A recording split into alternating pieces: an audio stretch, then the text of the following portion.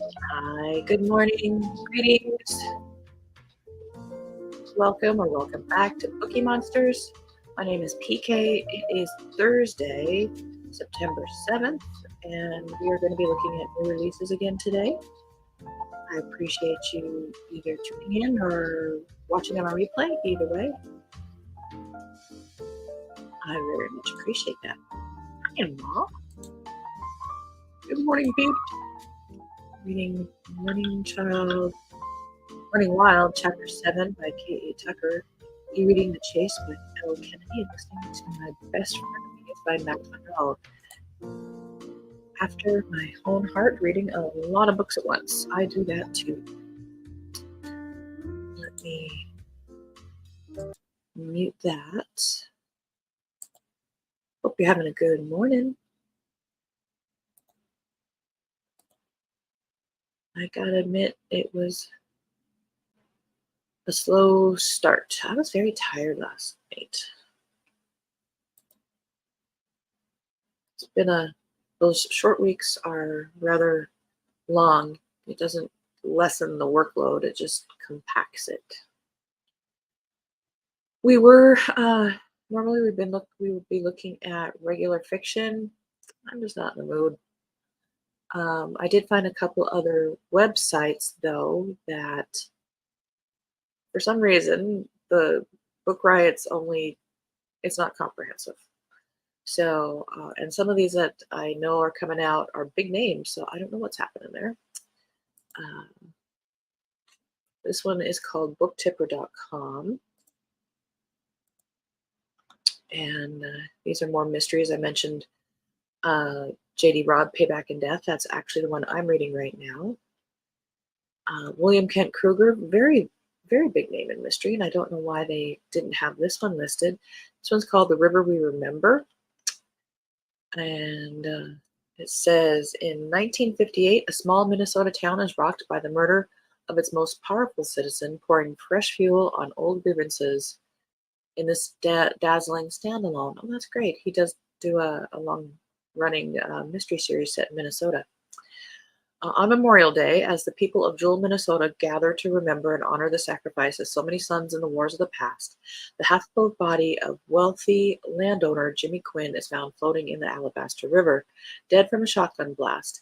Investigation of the murder falls to Sheriff Brody Dern, a highly decorated war hero who still carries the physical and emotional scars from his military service. Even before Dern has the results of the autopsy, vicious rumors begin to circulate that the killer must be Noah Bluestone, a Native American World War II veteran who has recently returned to Jewel with a Japanese wife. As suspicions and accusations mount and the town teeters on the edge of more violence, Dern struggles not only to find the truth of Quinn's murder, but also to put to rest the demons from his own past. Caught up in the torrent of anger that sweeps through Jewel are a war widow and her adolescent son, the intrepid publisher of the local newspaper, an aging deputy, and her crusading female lawyer, all of whom struggle with their own tragic histories and harbor secrets that Quinn's death threatens to expose. Set in 1958. Craig Johnson, another big name in mystery that wasn't listed in the Longmire series, which I started and I fell away from. I'll have to get back to that someday. This is called The Longmire Defense by Craig Johnson. Walt Longmire faces one of his most challenging crime scenes as he tries to reckon with the revelations of his last case, where he confronted the ghosts of his past and questioned the very nature of justice and mercy in the hard country of the West. Deep in the heart of the Wyoming countryside, Sheriff of Sarkey County, Walt Longmire is called to a crime scene like few others that he has seen. This crime brings up issues that go back to Walt's grandfather's time in Wyoming, as the revelations he learns about his grandfather come back to offer clues and motives for Walt's investigation. Filled with backcountry action and with the great cast of characters that readers have come to love with the Longmire series, this new book will be sure to satisfy both long-time readers and those new to the series. Very nice. Hi, Storm. Just waking up and laying in bed, trying to motivate I had that same. It's been a hard morning. I think a lot of coffee is going to be required. Hi, Jana. Good morning. I was mentioning at the beginning that normally on Thursday we look at straight fiction, but I was kind of looking over the website book riot that we usually check out, and it just was not very appetizing, interesting to me.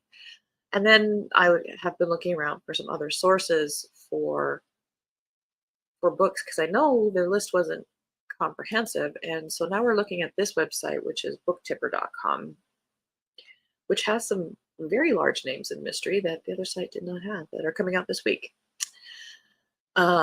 such as Reykjavik by Ragnar Jonasson and Katrin Jacobsdottir. If you're not familiar with Ragnar Jonasson, he writes a very traditional um, series, or not necessarily a series, but sometimes I think they're standalones. But I saw him at a BoucherCon right when he was getting started, and he seemed like a very nice young guy. So I'm glad that his career has taken off. Reykjavik. What happened to Lara? Iceland, 1956. All of these are like set in the past, in the 50s. 14-year-old Lara decides to spend the summer working for a couple on a small island of Bidi, it's probably different, just off the coast of Reykjavik. In early August, the girl disappears without a trace. Time passes, and the mystery becomes Iceland's most infamous unsolved case. What happened to the young girl? Is she still alive? Did she leave the island, or did something happen to her there? 30 years later, as the city of Reykjavik celebrates its 200th anniversary, journalist Valur Robertson begins his own investigation into Lara's case. But as he draws closer to discovering the secret, and with the eyes of Reykjavik upon him, it soon becomes clear that Lara's disappearance is a mystery that someone will stop at nothing to keep unsolved. That kind of has vibes to me of Girl with a Dragon Tattoo. James R. Benn, another name, big name in mystery. He writes a World War II series. I've not read that series. In the 18th installment, U.S. Army Captain Billy Boyle investigates a murder in a charming English village where personal vendettas tangle with wartime espionage. Norfolk, England, November 1944. After a series of dangerous missions in the south of France, U.S. Army Captain Billy Boyle is finally on leave and is settling into a peaceful rest at the country estate of Sir Richard Seaton, the father of Billy's British lover, Diana. Seaton Manor is a comfortable haven, and Billy is eager to spend a few precious days in Diana's company, pretending the war is far away. Unfortunately, Billy's leave is cut short when a crashed German bomber resurfaces off the coast with the corpse of a British officer in the pilot's seat. The nearby village of Slewford, it's Britain, it could be pronounced Smith, who knows, hosts of a top secret military intelligence operation, home to high-ranking German POWs, and so the crash is a matter of national security. Billy is assigned by the commander of the POW facility to investigate. After the plane is discovered, a local villager is murdered, and suddenly what had appeared to be a failed enemy military operation takes an even more sinister aspect. All Billy's ex-Boston cop instincts are put to the test as he interviews the grieving, angry, and conniving citizens of this idyllic English country village in search of the truth. That sounds very intriguing. And Cleves, another huge name in mystery that wasn't on our list. I'm thinking I'm going to, well, we'll use it as a resource, but not our only resource. The Raging Storm by Anne Cleves. This is the third installment of the Matthew Venn series. Fierce winds, dark secrets, deadly intentions. When Jem Roscoe, sailor, adventurer, and legend, blows into town in the middle of an autumn gale, the residents of Greystone, Devon, are delighted to have a celebrity in their midst. But just as abruptly as he arrived, Roscoe disappears again, and soon his lifeless body is discovered in a dinghy anchored off Scully Cove, a place with legends of its own. This is an uncomfortable case for Detective Inspector Matthew Venn. Greystone is a place he visited as a child, a community he parted ways with. Superstition and rumor mix with fact as another body is found, and Venn finds his judgment clouded. As the winds howl and Ben and his team investigate, he realizes that no one, including himself, is safe from Scully Cove's storm of dark secrets.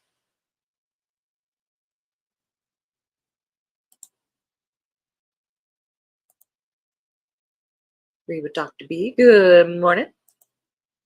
Storm, I love the Longmire TV show, but Barb and I tried buddy reading the book series and dropped out as the series was boring. Well, TV, they gotta make it a lot more exciting. Or yeah, that happens.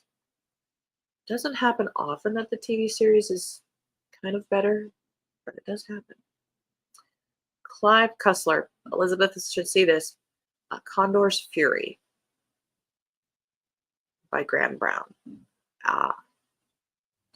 Kurt Austin faces mind control technology and cutting edge weaponry in the latest novel, inspired by, On a pneumo trading mission in the Caribbean, Kurt Austin and Joe Zavala catch a distress call from a nearby freighter.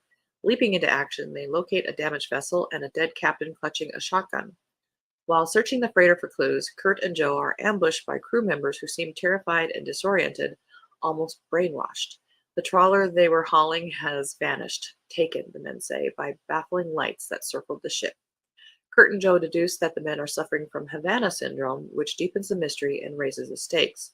Soon they're confronting Cuban mercenaries who plan to use magnificent modern airships to hijack a nuclear submarine, culminating in a life-or-death showdown in the skies. Very much a guys.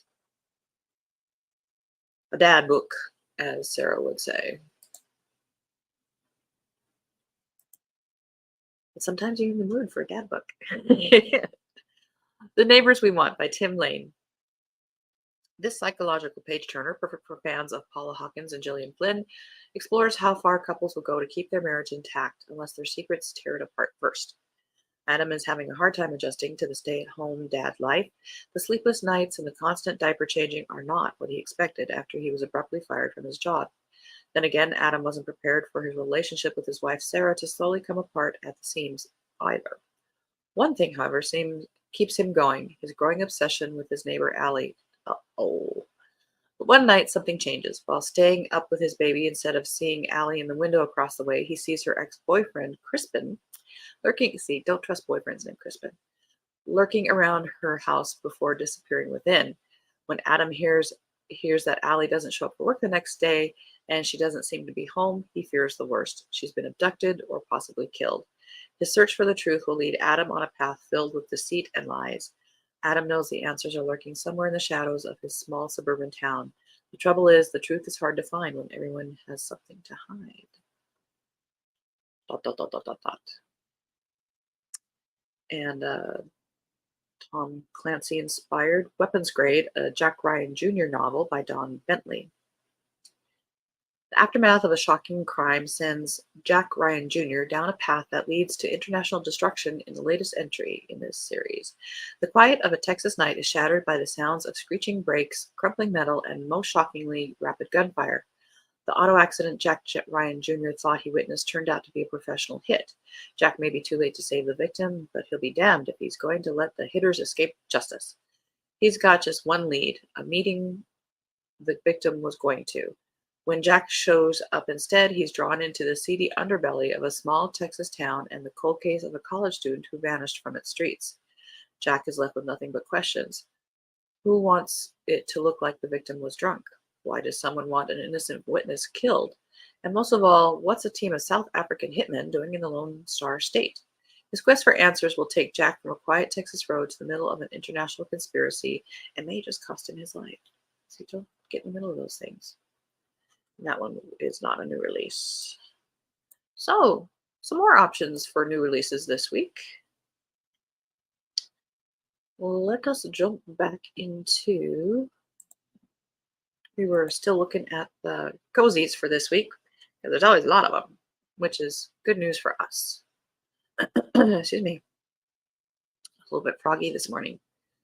Snapshot of a Murder by Allison Henderson. Kindle Unlimited. Isadora Monroe can take a hint. After being laid off from her job, dumped by her fiance, and ousted from her home, all on her 40th birthday, Izzy packs up what's left of her life in San Francisco and heads to the picturesque beach town of Carmel by the Sea to lick her wounds. To her surprise, the cottage she's inherited from her great aunt Dora. Why do aunts always have such great properties? Comes complete with a built-in roommate, a bossy Burmese cat named Bogart. After a local baker and chocolatier collapses in Izzy's arms at the town's annual Halloween parade and later dies, she's just having a bad week. A colorful trio of Aunt Dora's friends rallies to her side. The whole village is on edge with the killer on the loose, so Izzy and her new friends team up with an old colleague, a former SFPD homicide detective, to solve the murder before one of them becomes the next victim. That sounds cute.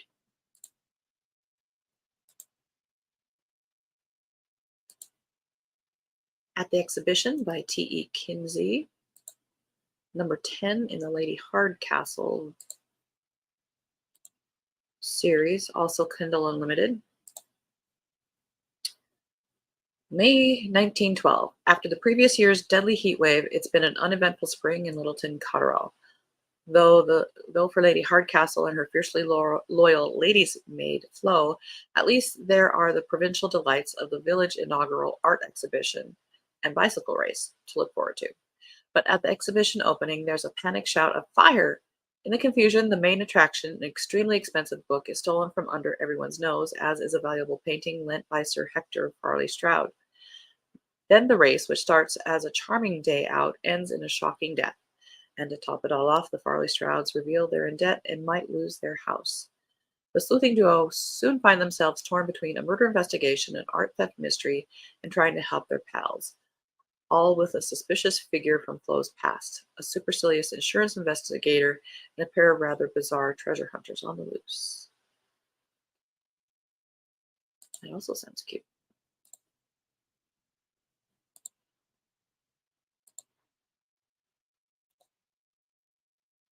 Ah,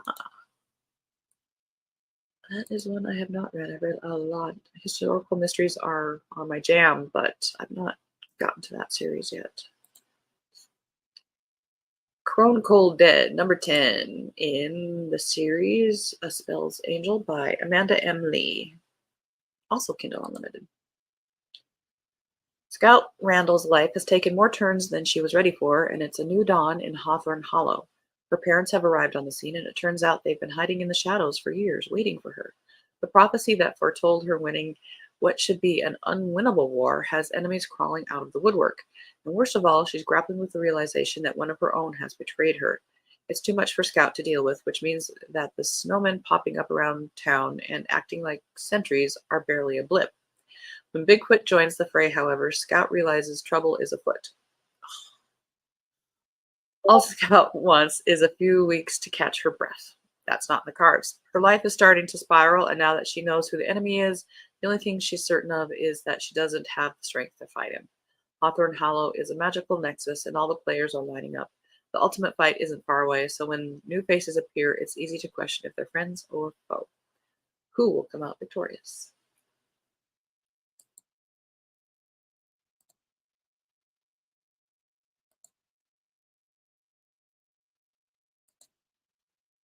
Okay. Victim in the Violets by Dale Mayer. Lovely Lethal Gardens, number 22.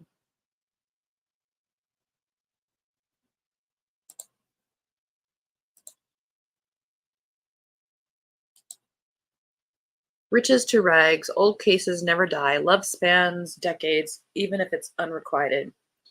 With her estranged husband still pestering her, Doreen is looking for a new case to keep her interest and to help her dodge Mac and his brother's scoldings.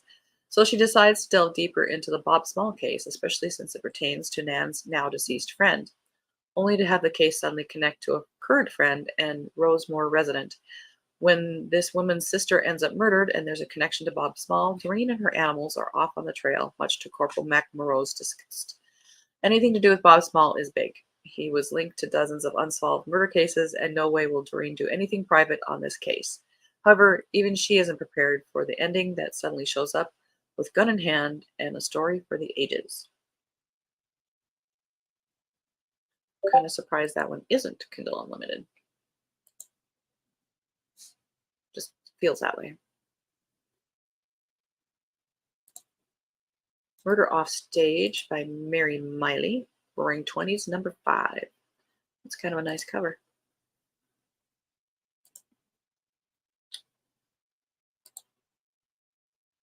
And it's not cheap. Welcome to Broadway and to an unthinkable crime. Former theater starlet turned amateur sleuth Jessie Beckett gets mixed up in murder when an onstage shooting turns all too real. New York, 1926. It's not like Jessie Beckett goes around looking for murders to solve. That's what they all say. But the vaudeville star turned movie script girl has a natural talent for it.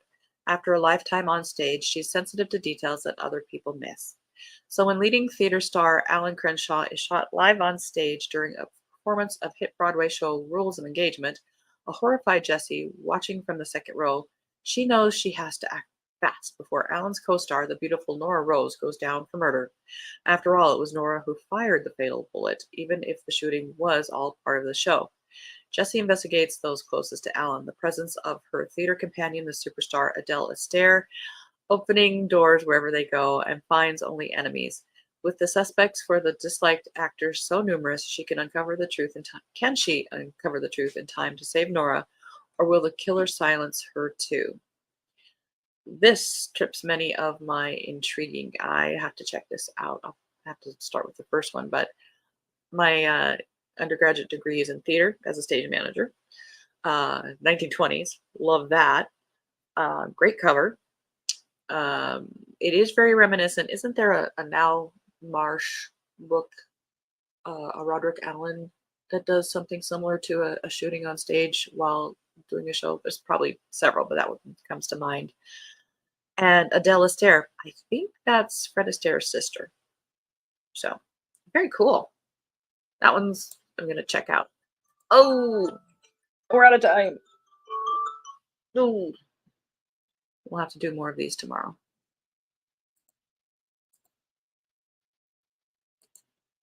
Right when it got really interesting. Oh, oh, well, I appreciate you guys being here so much. Thank you. And the cover victim in violets. You know, they get me with covers. They do. They're very clever. And I don't know why then like the cartoony ones are so popular because they just don't. They're just not the same artwork. Off to do my walk. Bye, everyone. Thank you, Storm, for showing up, and thank you, everybody. Tonight, I do have sprints at 6:05 Mountain Time, 8:05 Eastern. We'll be going for 2.5 hours. Bring your own book, work on a project, do some meditation, whatever you want to do. Otherwise, we will be here again tomorrow morning at 6 a.m. Mountain Time, 8 a.m. Eastern Time, and we'll look at some more new releases for this week because you never know what's out there. Like that last one. I didn't know it was out there. I have a brand new series to check out. I love that. I hope your Thursday is lovely. I hope my Thursday is lovely. We all deserve it. Find something to smile about. As Olivia Reads a Latte says, be kind, be nice, have a good day on purpose. And I hope to see you tonight. Tell people, please hit the like, hit subscribe, hit the notification bell. You know. And as the banner says, don't be a bookworm, be a bookie monster. Om nom nom. Thank you. Bye.